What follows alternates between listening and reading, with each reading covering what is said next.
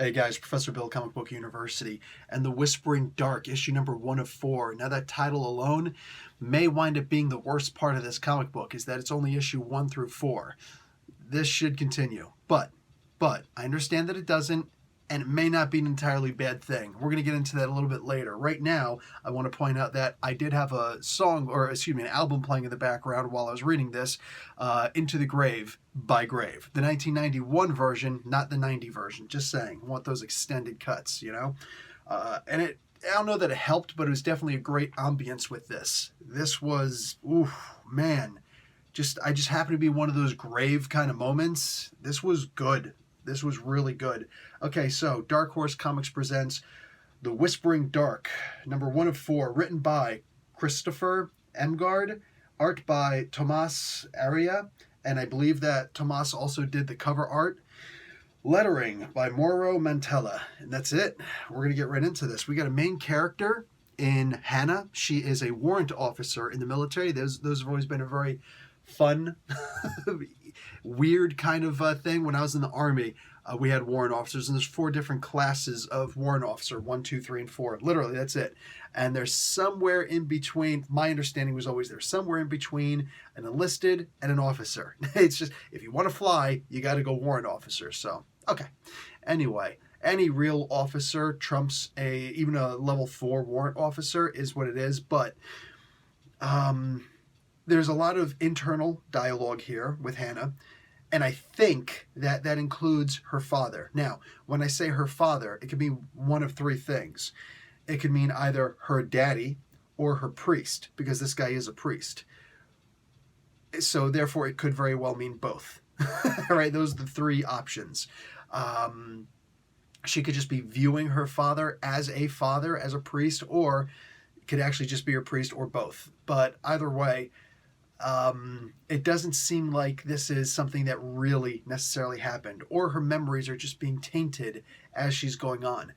Guys, I don't usually do any kind of research into a comic book before I read it. I literally saw this and picked it up off the shelves. To me, there was no advertisement for this. Nothing else caught my eye and said, hey, you know what? This book was not recommended. I don't think it was recommended. It might have been recommended by someone, and I apologize if I'd forgotten you, over in the whatever, the comics. Anyway, I actually pointed out this comic, and obviously, because I'm holding it in my hand, I actually said that I was going to probably read this comic book in the This Week in Comics video that I did, which comes out on Tuesday, the day before comic books are typically released, because I was just very interested in the art on the cover. Looked like it was the cover art is also the interior art, and the title alone looked really good. Plus, like I said, I've been wanting to read more Dark Horse. Dark Horse needs to get out there a little bit more. This is a really good way to do it. They need to get a little bit of advertising coming to them. Anyway, when push comes to shove, this is basically a war story. Now, they don't say when or where this is. You get the sense that this is in Russia because they're fighting Russians. But this is either an alternate history or a different Earth entirely, or it's sometime in the fairly near future. But we've never actually had a war with Russia. Cold Wars don't count. Sorry. They seem to be in, I guess it's the Caucasus, but the southernmost part of the Caucasus, because I don't see a whole lot of snow as of just yet. But they are mentioning how it's really cold, and for some reason these guys don't have survival equipment on them. Not nearly enough. Hannah is a warrant officer. There's a couple other people around with her. They're basically accompanying Rangers because the Rangers were going nonstop for a while, and they need to keep going. They needed some reinforcements. They needed some backup. So they go in, and these guys are not the Rangers. Obviously, highly trained, but and not just trained. They've actually got some combat experience, as is explained in the book, but Hannah and the one survivor who is not a ranger is not very well trained. They have no combat experience. They don't have a kill under them. Except for Hannah, sort of. And that's explained in the book, and I love how it's explained. It was really detailed, kind of grotesque, but yeah, morbidly awesome. And that's pretty much how I can describe this entire book. This is basically Hannah going down a very dark path. I like how the father in the beginning was explaining to her that, hey man, check it out. You know, you don't actually have to go to war. There's no need. And she starts quoting the typical, but all's, it takes is for the good people to not try and do anything against those who are doing evil. And the father, her father, whatever, explains, listen, that's not, hiding behind quotes is not the way to live your life. Believe it. That's probably the best advice in this entire comic book, but it was solid advice, and she doesn't take the advice. They could have easily switched this out with a guy, because this is the exact same feeling that I had and so many other guys who I knew when we were in the military. What, we get free college if we go to the military? Cool. That's more like a bug. It's not the feature. We want to go to war. We want to keep America safe. And it's always funny that keeping America safe means going someplace else to fight, because preemptive is a really great way of saying we're going to go over and we're going to start something. When push comes to shove, this really shows that dark path, and it doesn't linger on that thought. In fact, it brings up a whole lot of thoughts that you actually feel while you're in combat. These are thoughts that a lot of soldiers have come back and talked about, if they're talking at all.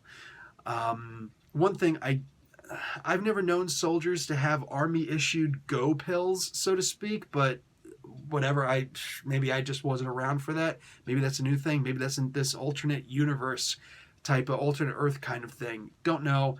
Don't really care. It seems like it's going to be a major part of this story, Anyway, this father, it could also be something else entirely. It could be a supernatural sort of creature, because at the end, well, I'm not going to tell you what I saw, what she sees, but there were two things that she saw, demonic things. But this gives me the idea that, let's just say, Satan in the Bible, specifically in the Christian Bible, is a very, very deceitful individual. Just when you think you won, just when you think you passed the tests, just when you think things are over.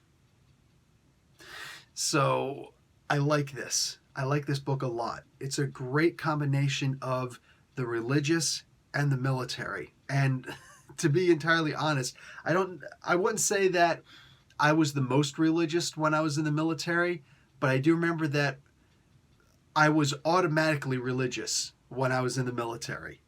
You know what I'm saying? Like, it's a weird kind of thing, and it's probably harder to explain than to me it is to just understand. I was always praying when I was in the military, but I would have to remind myself to pray outside of the military. So one of those sort of things. Anyway, as some people may call that hypocritical, I really don't care. Shut up.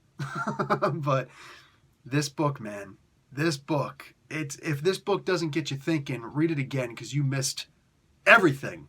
Not just something. You missed everything. This is a fantastic book. And yeah, this reeks of an indie book, man, because your average, Marvel or DC book, good luck finding this much thought put into a great story. I'm just saying. You don't have any major characters. You don't have any superpowers. You don't have anything to fall back on to keep the book interesting. It is pure story and character driven. And damn it, it is good. This is a solid comic book. This might be my favorite thing coming out of Dark Horse right now. And the thing I talked about it being only 4 issues, we could go to another person's perspective, or another squad's perspective in this greater war at any moment. So I would absolutely read The Whispering Dark Part 2 and 3 and 18 and whatever if it's as good as this. This is, like I said, it's a solid comic book. Go grab it. All right, guys. Professor Bill, Comic Book University. Class dismissed.